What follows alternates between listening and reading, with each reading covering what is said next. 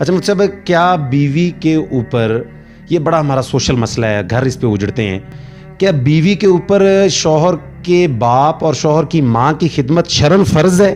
اگر وہ انکار کرتی ہے کہ میری کیپیسٹی نہیں ہے یار، میں تمہاری خدمت کر لوں، بڑی بات ہے، تو کیا وہ شوہر پابند کر سکتا ہے اور کیا وہ بیوی گناہ گار ہوگی؟ اگر بیوی اپنے شوہر کے ماں باپ کی خدمت کرتی ہے نا، تو سعادت مند عورت ہے، سعادت مند عورت ہے، خوش نصیب ہے، خوش قسمت ہے. اس کو اگر اللہ نے اس کو طاقت دی ہے تو دل کی خوشی سے اس کو ان کی خدمت کرنی چاہیے.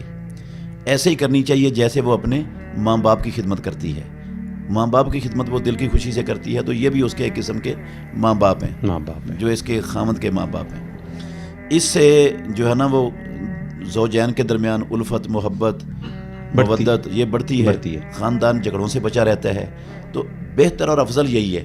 لیکن اللہ نے یا اللہ کے رسول نے اس عورت پر یہ فرض نہیں کیا ہے. اگر اس کے پاس استطاعت نہیں ہے، وہ نہیں کر سکتی، اس کے بس کا روگ نہیں ہے، تو خامد زبردستی اسے کروانے کا حق نہیں رکھتا شرعی طور پر. افضل ہے کہ وہ کرے گی تو اجر. اگر وہ زبردستی کرواتا ہے تو وہ زیادتی کرتا ہے. ٹھیک ہو گیا.